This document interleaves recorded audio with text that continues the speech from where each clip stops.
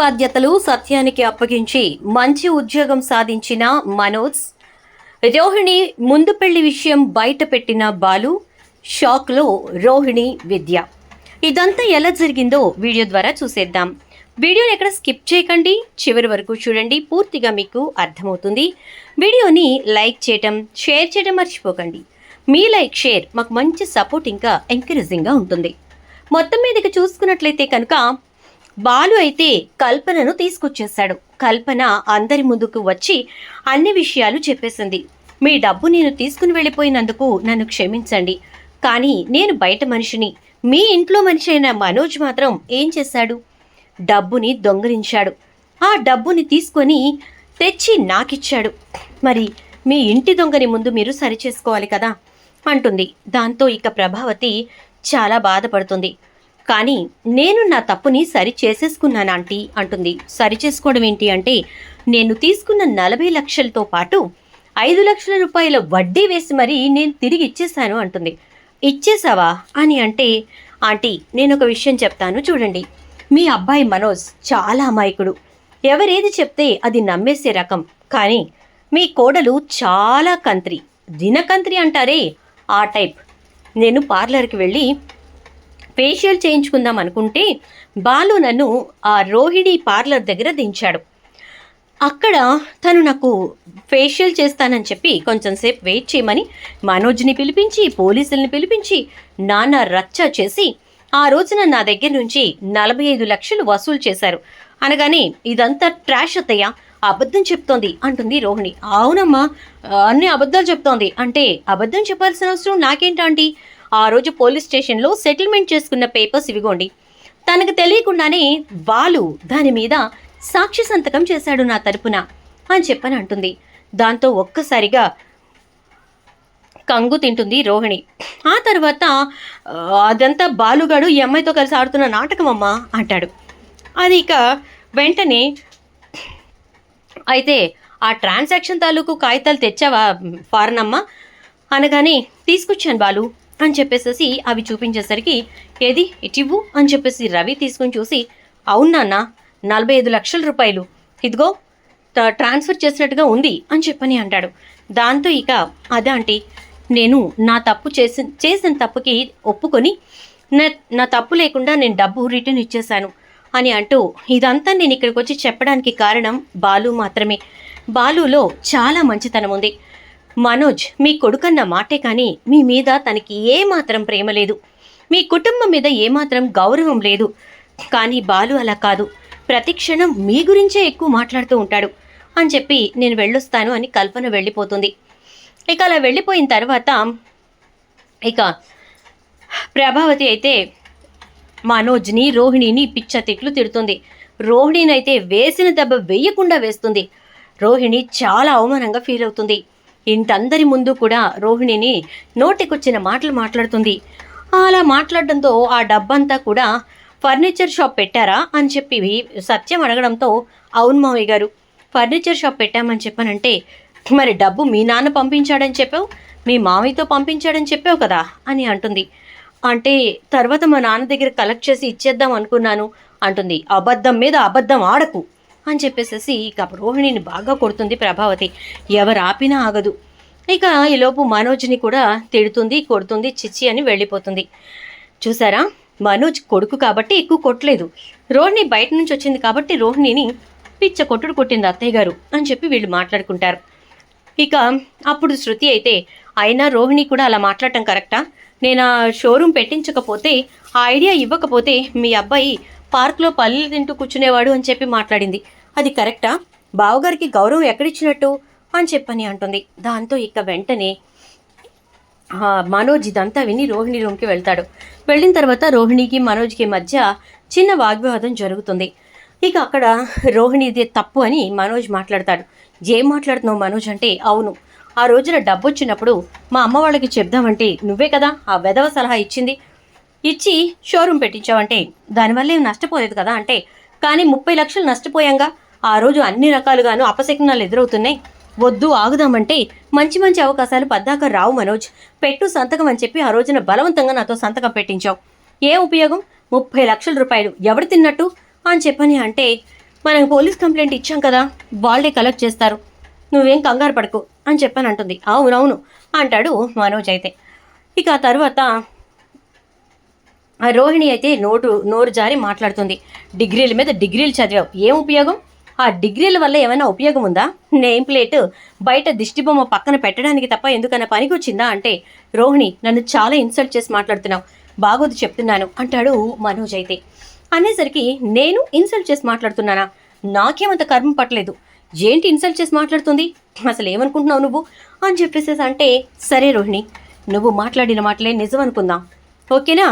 నేను చేతకాని వాణ్ణి, ఇప్పుడు ఆ షోరూమ్ లేకపోతే నేనేమీ చేయలేను, నా డిగ్రీలు కేవలం మెళ్ళో వేసుకోవడానికి తప్ప ఎందుకు పనికిరావు, అంతే కదా నువ్వు అంటుంది అంటే, అవును అంతకు మించి ఏమీ లేదు అని అంటే, సరే అయితే అంటూ ఇక మనోజ్ తన సర్టిఫికేట్స్ ఫైల్ తీసుకుని గబగబా రెడీ అయ్యి ఇంటర్వ్యూకి బయలుదేరుతూ, అమ్మా నన్ను దీవించు అని చెప్పేసేసి మనోజ్ ప్రభావతి కాళ్ళు పట్టుకుంటే కాళ్ళు వెనక్కి లాగేసుకుంటుంది. నాన్న నన్ను దీవించండి అంటే, ఎక్కడికి వెళ్తున్నావురా అనగానే, ఉద్యోగం కోసం వెళ్తున్నాను నాన్న అంటాడు. ఉద్యోగం కోసం వెళ్ళడం ఏంట్రా అంటే, వచ్చి చెప్తాను నాన్న అని మనోజ్ బయలుదేరిపోతాడు. ఇప్పుడు తన డిగ్రీకి తగ్గట్టుగా తన చదువుకి తగ్గట్టుగా జాబ్ వెతకటం మొదలు పెడతాడు మనోజ్. అలా మొదలుపెట్టి 3 రోజులు చాలా కష్టపడతాడు. మొత్తానికి 3వ రోజున ఒక మంచి శాలరీ ప్యాకేజ్ తోటి మనోజ్కి జాబ్ వస్తుంది. Per month 1.5 lakh salary. ఇక నో టార్గెట్స్, చాలా చక్కగా ఆడుతూ పాడుతూ చేసుకునే ఉద్యోగం రావడంతో మనోజ్ చాలా హ్యాపీగా ఫీల్ అవుతాడు. ఇక ఇంటికి వచ్చి, నాన్న ఇదిగోండి అపాయింట్మెంట్ ఆర్డర్ అని చెప్తే, అపాయింట్మెంట్ ఆర్డర్ ఏంట్రా అనగానే, ఇదిగోండి జాబ్ వచ్చింది నాకు అంటే, మరి ఫర్నిచర్ షోరూమ్ ఏం చేస్తావు అని అడుగుతూ ఉంటే ప్రభావతి అలా చూస్తూ ఉంటుంది. అది మీరు రన్ చేయండి నాన్న, ఆల్రెడీ దాంట్లో ఎక్స్పీరియన్స్ నాకు వచ్చింది కాబట్టి నేను మిమ్మల్ని గైడ్ చేస్తూ ఉంటాను. మీరు ప్రజెంట్ ఖాళీగా ఉండి ఏ స్కూల్కో వెళ్ళి అకౌంట్స్ చూసే బదులు మీరిప్పుడు అదే రన్ చేయండి. ప్రశాంతంగా స్టాఫ్ అందరినీ సెట్ చేసి పెట్టాను, డీలర్స్ అందరితో నేను మాట్లాడతాను, కాల్స్ అన్నీ నేను టేక్ ఓవర్ చేస్తాను, మీరు మాత్రం ప్రశాంతంగా అక్కడ కౌంటర్లో కూర్చోండి, హ్యాపీగా దర్జాగా వచ్చిన డబ్బులు లెక్క పెట్టుకోండి అని చెప్పేసి అంటూ, అమ్మ నాకు మంచి జాబ్ వచ్చింది, 1.5 lakh శాలరీ పర్ మంత్, కాబట్టి ఇక వచ్చేదంతా కూడా మన కుటుంబం కోసమే ఖర్చు పెడతాను అని అంటాడు. నీలో ఇంత మార్పు నేను అస్సలు ఊహించట్లేదు, ఏ నీ పెళ్ళాం సలహాలేమీ ఇవ్వలేదా అని అంటే, నేను ఎవరి సలహాలు తీసుకోవాలో ఎవరి సలహాలు తీసుకోకూడదో నాకు అర్థమైందమ్మా, నేను తప్పు చేశాను, ఈ తప్పు నేను సరిదిద్దుకోవాలి అంటే నేనిక నా కుటుంబంతో కలవాలి అని అర్థమైంది అని అంటాడు మనోజ్. నీలో ఈ మార్పు రావటం నాకు చాలా సంతోషంగా ఉంది అనేసి అంటుంది ప్రభావతి అయితే. ఇక అలా అన్న తర్వాత ఇక రోహిణి వచ్చి, ఏంటి మనోజ్ జాబ్ అంటున్నావేంటి అంటే, అవును రోహిణి నాకు జాబ్ వచ్చింది అని చెప్పేసి మొత్తం అంతా వివరంగా చెప్తాడు. అదేంటి షోరూమ్ ఏం చేద్దాం అంటే, షోరూమ్ ఏం చేద్దాం కాదు, ఏం చేస్తావు అని అడగాలి. షోరూమ్ని మా నాన్న రన్ చేస్తారు, వెనక నేనుండి ఆయన్ని గైడ్ చేస్తాను, ప్రెసెంట్ ఆయనకి కూడా ఇంట్లో ఏమీ తోచుబడి కావట్లేదు కదా అని అనగానే, అదేంటి మనోజ్ ఇంత పెద్ద నిర్ణయం తీసుకుని కనీసం నాకు చెప్పలేదు అని అంటే, నీ సలహాలతో చేసే పనుల వల్ల ఎలాంటి ప్రయోజనాలు ఉంటాయో కనబడింది కదా, నేను అందరి ముందు ఒక తప్పు చేయటమే కాకుండా తల దించుకుని నించునే పరిస్థితి ఏర్పడింది అని అంటాడు. ఇలా ఎలా మాట్లాడుతున్నావు మనోజ్, సరే వచ్చే శాలరీ సేవింగ్స్లో పెడదాం అని అంటుంది. ఏం చేయాలో ఏంటో మా అమ్మ చూసుకుంటుంది, మా నాన్న చూసుకుంటాడు, మనకి కేవలం మెయింటెనెన్స్ కోసం ఒక 30K మాత్రమే తీసుకుంటున్నాం అని అంటాడు. అదేంటి మనోజ్ అంటే, ఇక నుంచి నువ్వు పార్లర్లో ఎంత సంపాదించినా తీసుకొచ్చి వాళ్ళందరూ ఎలా ఇంట్లో ఇస్తున్నారో అలా ఇవ్వాల్సిందే, అర్థమైందా అని అంటాడు. ఇదేంటి మనోజ్ ఇంతలా మారిపోయావు అని చెప్పని అంటూ ఉంటే, మార్పు రావాల్సిన సమయం వచ్చింది కాబట్టి మారాను అంటాడు. ఎందుకు మనోజ్ ఇలా ఉంటున్నాడో, సడన్గా కేవలం ఈ ఒక్క ఇన్సిడెంట్తో ఇలా మారాడా లేకపోతే ఇంకేదన్నా జరిగిందా అని రోహిణిలో టెన్షన్ మొదలవుతుంది. ఆల్రెడీ మలేషియా విషయం చూచాయిగా అయితే బయటపడింది, కాకపోతే మా నాన్న ఇంకా అక్కడ ఉన్నాడు అని చెప్పి నమ్మించింది కాబట్టి అది అలా రన్ అవుతుంది. ఇక మా రోహిణిలో ఒక ఆలోచన అలానే ఉంటుంది. అదేంటి అంటే, తన తల్లి గురించి కానీ తన కొడుకు గురించి కానీ బయటపడుతుందేమోననే భయం. ఇక దాంతో చాలా జాగ్రత్తగా ఎవరికి కనిపించకుండా సుగుణమ్మ దగ్గరికి ఇంకా చింటూ దగ్గరికి వెళ్ళి వస్తూ జాగ్రత్తగా మేనేజ్ చేసుకుంటూ ఉంటుంది. ఇక ఈ విషయం కూడా బయటపడితే నా పని అంతే అని చెప్పి అనుకుంటూ ఉంటుందన్నమాట. ఇక మనోజ్లో రోజు రోజుకి ప్రవర్తనలో చాలా మార్పు వస్తుంది. రోహిణిని దూరం పెట్టడంతో పాటు రోహిణితో సరిగ్గా మాట్లాడకుండా ఉండటంతో పాటు ఫ్యామిలీతో కలిసిపోతూ ఉంటాడు. అసలు ఏంటిది, ఎప్పుడు సెపరేట్గా ఉండే మనోజ్ సడన్గా తన ఫ్యామిలీతో కలిసిపోతున్నాడు అనుకుంటూ ఉండగా ఇక ఒక రోజున మనోజ్ కార్ తీసుకుని బయలుదేరుతూ ఉంటే, నన్ను పార్లర్ దగ్గర దించవా మనోజ్ అని చెప్పని అంటుంది రోహిణి. అయితే పార్లర్ దగ్గర దేనికి అంటాడు. అదేంటి మనోజ్, నేను పార్లర్కి వెళ్ళాలి కదా అంటే, ఏ ఇవాళ బయట పనులేమి లేవా అని అంటాడు. ఈలోపు బాలు వచ్చి, ఒరే అన్నయ్య అనగానే, నువ్వు నన్ను అన్నయ్య అనకరా, నా గుండె నొప్పి వచ్చేస్తుంది అంటే, అబ్బా తప్పులెన్నువాడు తమ తప్పులు ఎరుగడు అన్నట్టుగా ఇప్పటి వరకు నువ్వు తప్పులు ఎన్నుతూ ఉన్నావు, నీ తప్పులు నువ్వు తెలుసుకోవాలా, కానీ ఇప్పుడు తెలుసుకున్నావు కదా, నువ్వు మారుతున్నావు, అటువంటప్పుడు అన్నయ్యవే అవుతావురా అని చెప్పేసి అంటూ, సరే ఇప్పుడు ఎటు వెళ్తున్నావు అంటే, నేను ఆఫీస్కి వెళ్తున్నాను రా అంటే, ఆఫీస్కి కార్ వేసుకొని ఎందుకన్నయ్యా అంటూ ఇక బాలు అనేసరికి, ఓకే నువ్వు ఒకవేళ అటే వెళ్తున్నావు అంటే నన్ను కొంచెం డ్రాప్ చేసేయి, మళ్ళీ ఈవినింగ్ టైం నువ్వు కుదిరితే నువ్వు, లేదా రాజేష్ కుదిరితే రాజేష్ వద్దురు కానీ, లేదంటే నేను క్యాబ్లో వచ్చేస్తాను అంటాడు. ఇలా అన్నావు బాగుంది, కార్ జాగ్రత్తగా పక్కన పెట్టు, లేదంటే రెంటల్స్లో పెట్టు, నా దగ్గరే పెట్టు, దానికి ఒక డ్రైవర్ని పెడతాను, శుభ్రంగా దాని మీద నీకు ఇన్కమ్ కూడా కనపడుతుంది కదరా అని అంటే, నేను అదే అనుకుంటున్నాను, ఊరికే కారు ఇంటి ముందు పెట్టుకుని ఉపయోగం ఏముంది, ఎప్పుడైనా మనం ఎక్కడికైనా వెళ్ళాల్సినప్పుడు ఈ కారు నీ కారులో తీస్తే సరిపోతుంది కదా అని అంటాడు. అదే అంటున్నానంటే, సరే అయితే రేపు తీసుకెళ్ళి అగ్రిమెంట్స్ రాసుకుని రెంటల్లో పెట్టేసాయి అంటాడు. అదేంటి మనోజ్ అలా అంటావు, మనం బయటికి వెళ్ళాలన్నా, కొంచెం ఎంజాయ్ చేయాలి అన్నా, మనం రిచ్గా బ్రతకాలి అన్నా మనకి కారు ఉండాలి కదా అంటే, నాకు అలా అవసరం లేదు రోహిణి, నేను ప్రశాంతంగా ఒక సాదాసీదా ఉద్యోగిలా బ్రతకాలనుకుంటున్నాను, బిజినెస్ మ్యాన్లా కాదు అని అంటాడు. ఏదో జరిగింది, ఏం జరిగిందో అర్థం కావట్లేదు అనుకుంటూ రోహిణి అయితే ఇక ఆ రోజున సుగుణమ్మ దగ్గరికి బయలుదేరి వెళ్తుంది. అలా వెళ్తున్నటువంటి రోహిణిని మనోజ్ ఫాలో అవుతాడు. మనోజ్కి అసలు ఈ విషయం ఎలా తెలిసింది అంటే, రోహిణి విషయం అంతా, మా డబ్బుల విషయం అంతా బయటపడిన తర్వాత బాలు అయితే రోహిణితో మాట్లాడదామని చెప్పి తన గది దగ్గరికి వెళ్తాడు. ఎందుకు ఇదంతా చేసావు, అసలు నీ లైఫ్ ఏంటి, నువ్వేంటి, నిజాలు బయటకు వస్తే బాగుంటాయి, నేను మాట్లాడతాను ఇంట్లో వాళ్ళతో అని చెప్పి అడుగుదామని చెప్పి కరెక్ట్గా వెళ్ళేసరికి రోహిణి అయితే ఫోన్లో మాట్లాడుతూ ఉంటుంది. అమ్మా ఎన్నిసార్లు చెప్పాను, ఇక్కడ నేనే చాలా ప్రాబ్లమ్స్లో ఉన్నాను, చాలా ఇబ్బందులు పడుతున్నాను, ఇప్పుడు నువ్వు చింటూ ఏడుస్తున్నాడని, జ్వరం వచ్చిందని నన్ను రమ్మంటే నేను ఎలా రాగలుగుతాను, సరే కొద్దిసేపు ఆగి బయలుదేరి వస్తాను అని చెప్పి చెప్తుంది. అది విన్న బాలు, ఎవరికి చెప్తుంది, చింటూ అంటుంది, నాకేం అర్థం కావట్లేదని రోహిణిని ఫాలో అవుతూ వెళ్తాడు. అలా వెళ్ళినటువంటి బాలుకి రోహిణి అక్కడ చింటూని కొడుకు అంటూ, సుగుణమ్మని తల్లి అంటూ మాట్లాడడం ఇదంతా విని, ఓహో ఇన్నాళ్ళు మాకు తెలియకుండా దాచిపెట్టిన చింటూ తల్లి ఈవిడగానేనమాట అని చెప్పని అనుకుంటూ, ఇది మా పెద్దోడికి చెప్పాలి, వాడు కూడా కళ్ళారా చూసిన తర్వాత అప్పుడు వాడు ఏ నిర్ణయం తీసుకుంటాడో అని చెప్పేసేసి ఇక తర్వాత రోజున రోహిణి వెళ్తున్నప్పుడు మనోజ్ని తీసుకొని తనతో పాటు తీసుకెళ్ళి బాలు అయితే రోహిణి గురించి పూర్తిగా మనోజ్కి తెలిసేలా చేస్తాడు. దాంతో ఇక మనోజ్ ఆ రోజు నుంచి రోహిణిని దూరం పెట్టడం మొదలు పెడతాడు. అలా దూరం పెట్టడం మొదలుపెట్టి చాలా వరకు చికాకు తెప్పించిన తర్వాత ఆ రోజున రోహిణి వాళ్ళ అమ్మకి ఫోన్ చేసి వెళ్తూ ఉండగా రోహిణిని ఫాలో అవుతాడు. ఎందుకంటే మనోజ్లో కోపం కట్టలు తెంచుకుంటుంది. ఎట్టి పరిస్థితుల్లోనూ ఇక నేను క్షమించే ఆలోచనలో ఉండకూడదు అని చెప్పేసి ఇక రోహిణిని ఫాలో అవుతూ వెళ్తాడు. ఇక రోహిణి అయితే డాక్టర్ని తీసుకొని వెళ్ళి చింటూకి చెకప్స్ చేయిస్తూ ఉంటుంది.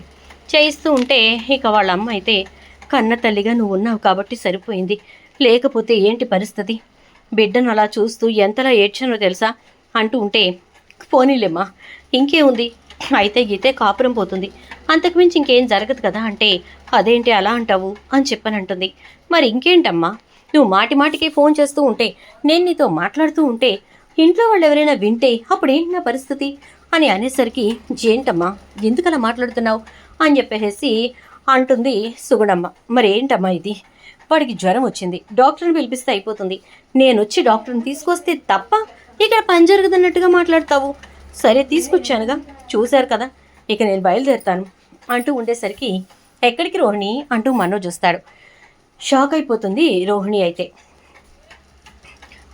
మనోజ్ నువ్వా, పొద్దున ఆంటీ ఫోన్ చేశారు చింటూకి బాలేదని అనగానే, వీళ్ళు ఊళ్ళో ఉన్నారని చెప్పేసేసి బాలు వాళ్ళు అంటూ ఉంటే విన్నాను నేను, మొన్న మధ్యన వెళ్ళినప్పుడు ఇంటికి తాళం వేస్తుంది అని చెప్పి అన్నారు, వీళ్ళు ఇక్కడికి వచ్చారా, ఏ ఆంటీ మీరెప్పుడు ఇక్కడ షిఫ్ట్ అయ్యారు అని అంటే అది బాబు ఈ మధ్య కాలంలోనే చింటూ స్కూల్ కోసమని ఇక్కడికి వచ్చాం అనగానే మీకు బాలు వాళ్ళు చాలా దగ్గర, ఒక రకంగా బాలు వాళ్ళ ద్వారానే మీరు మాకు పరిచయం.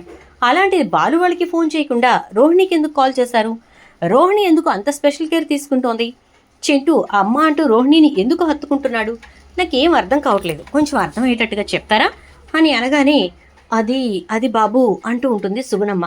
అయ్యో మనోజ్, నేను చెప్తాను, వాడికి తెలియకుండానే నేను చాలా దగ్గరైపోయాను, అందుకే వాడు ప్రతిదానికి నన్నే అడుగుతూ ఉంటాడట.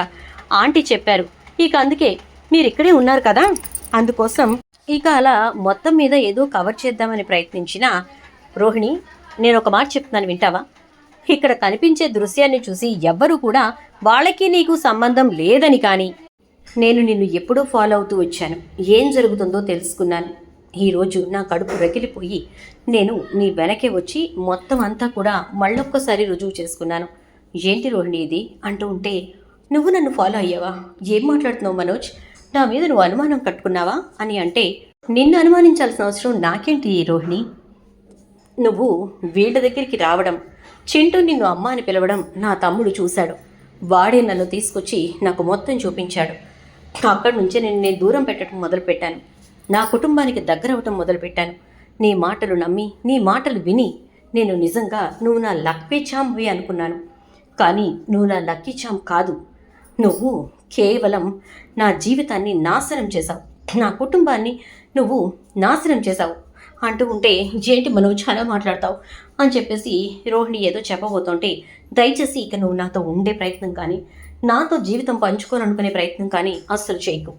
ఎందుకంటే ఒకరు వాడినటువంటి వస్తువు వాడాలంటేనే నేను చాలా చిరాకు పడతాను. అలాంటిది నువ్వు ఒక బిడ్డను కానీ ఏదో కొత్తగా కాపురం మొదలుపెట్టిన దానికిలాగా నా జీవితంలోకి వచ్చి కూర్చున్నావు. ఎక్కడా కూడా నిజం బయటపడకుండా చాలా తెలివిగా మేనేజ్ చేస్తూ వచ్చావు. నీకున్న తల్లి చచ్చిపోయిందని చెప్పావు, నీకున్న కొడుకు అసలు నీకు సంబంధం లేనివాడు అని చెప్పని అన్నావు, నేను లేని తండ్రిని ఉన్నాడని సృష్టించావు. ఇలా అన్ని అబద్ధాలే చెప్తూ నీ జీవితాన్ని ఇక్కడి దాకా తీసుకొచ్చావు, నా జీవితానికి అర్థం లేకుండా చేశావు. కాబట్టి ఇక నీ గురించి మాట్లాడుకోవడం కూడా అనవసరం రోహిణి, దయచేసి ఈ విషయాన్ని ఇక్కడితో వదిలేసేయి ప్లీజ్ అని చెప్పని అంటాడు. దాంతో ఇక రోహిణి అయితే చాలా బాధపడుతూ, బాలు ఎంత పని చేశావంటే, నువ్వు చేసిందేంటి? నా మమ్మని పిచ్చిదాన్ని చేసి నమ్మించి ఏ రకంగా గొంతు కోసావు నువ్వు? ఒక రకంగా మా అమ్మ పిచ్చిదని చెప్పి మాకే తెలిసేలా చేసావు. ఎప్పుడు మా అమ్మ చాలా తెలివిగా ఉంటుందనుకున్నాం, నీ విషయంలో మా అమ్మ బోర్లా పడిపోయింది. ఆ రోజున నిన్ను కొట్టడంలో తప్పే లేదు, అయ్యో అంతలా కొట్టింది ఎందుకు అని చెప్పి బాధపడ్డాను, కానీ అసలు తప్పే లేదు అని చెప్పేసి చాలా గట్టిగానే అంటాడు బాలు. అయితే ఇక అప్పుడు రోహిణి అంటే, ఇప్పుడు మనోజ్ ఇక నాతో కాపురం చేయడం అంటే, ముందు ఇంటికెళ్ళు, అక్కడ ఉందా నీకు అనగానే, అత్తయ్య గారికి చెప్పేశారా అంటుంది. అత్తయ్య గారికి చెప్పడం కాదమ్మా, ఇక్కడ జరిగిందంతా అక్కడ మీ అత్తయ్య గారు లైవ్లో చూశారు అని చెప్పని అంటే, ఇక ఒక్కసారిగా రోహిణి కళ్ళు తిరిగి పడిపోతుంది. ఇక అప్పుడు సుగుణం వచ్చి, అమ్మ రోహిణి అని చెప్పి గబగబా హాస్పిటల్కి తీసుకెళ్తుంది. అక్కడికి వెళ్ళినాక డాక్టర్ రోహిణి ప్రెగ్నెంట్ అని చెప్పి చెప్తారు. దాంతో ఇక రోహిణి మనోజ్కి ఫోన్ చేసి, మనోజ్ మనం తల్లిదండ్రులను కాబోతున్నాం అని అంటే, నువ్వు తల్లివి కాబోతున్నావు, నేను తండ్రిని కావాలి అనుకోవట్లేదు అని అంటే, ఏం మాట్లాడుతున్నావు మనోజ్, ఎందుకు ఇలా మాట్లాడుతున్నావు అంటే, చూడు రోహిణి, నువ్వు ప్రెగ్నెంట్ అని చెప్పి అనే మాట నిజమైనా అబద్ధమైనా కూడా నేను అసలు పట్టించుకోదలుచుకోలేదు. ఇక నీకు నాకు ఎలాంటి సంబంధం లేదు. ఆ బిడ్డని ఎలా అయితే కనిపెంచుకున్నావో ఈ బిడ్డను కూడా అలాగే కనిపెంచుకో. నీ మొదటి భర్త చనిపోయాడన్నావు కదా, ఇక ఈ భర్త ఉన్నా లేనట్టే అనుకుని బ్రతుకు అని చెప్పేసేసి అని ఫోన్ పెట్టేస్తాడు. ఇక ప్రభావతి రోహిణికి ఫోన్ చేసి, ఏమైంది అంటుంది. అత్తయ్య, నేను నెల తప్పాను అత్తయ్య, మీ ఇంటికి వారసుని ఇవ్వబోతున్నాను అత్తయ్య అని అంటే, జాగ్రత్తగా పెంచుకో రోహిణి, నా కొడుకు ఇక నీ మొక్క చూడటానికి కూడా ఇష్టపడట్లేదు, ఈ ఇల్లు నువ్వు ఈ గడపలో అడుగు పెట్టడం కూడా ఇష్టం లేదు అని చెప్పేసి గడప కూడా వికారంగానే ముఖం పెట్టుకు చూస్తోంది అని ఫోన్ పెట్టేస్తుంది. చూద్దాం మరి ఇదంతా కూడా విద్యకి చెప్పినటువంటి రోహిణి మాటలతో, విద్య నేను ముందు నుంచే జాగ్రత్త పడంటుంటే నువ్వెక్కడ విన్నావు నా మాట, వినలేదు కదా, ఇక ఇప్పుడు ఉన్నది పోయే ఉంచుకున్నది పోయే అన్నట్టుగా అటువైపు నుంచి ఒక బిడ్డకు తల్లి అయ్యావు, ఇప్పుడు మరో బిడ్డకు తల్లి అవుతున్నావు, కానీ భర్త అనే మనిషి మాత్రం నీ జీవితంలో లేకుండా పోయాడు అంటుంది విద్య. చూద్దాం ఏం జరుగుతుందో. వీడియో నచ్చితే లైక్ చేసి వీడియోని షేర్ చేయండి, ఛానల్ సబ్స్క్రైబ్ చేసి పక్కనే బెల్ ఐకాన్లో ఆల్ ట్యాప్ చేయడం మాత్రం అస్సలు మర్చిపోకండి. Thank you.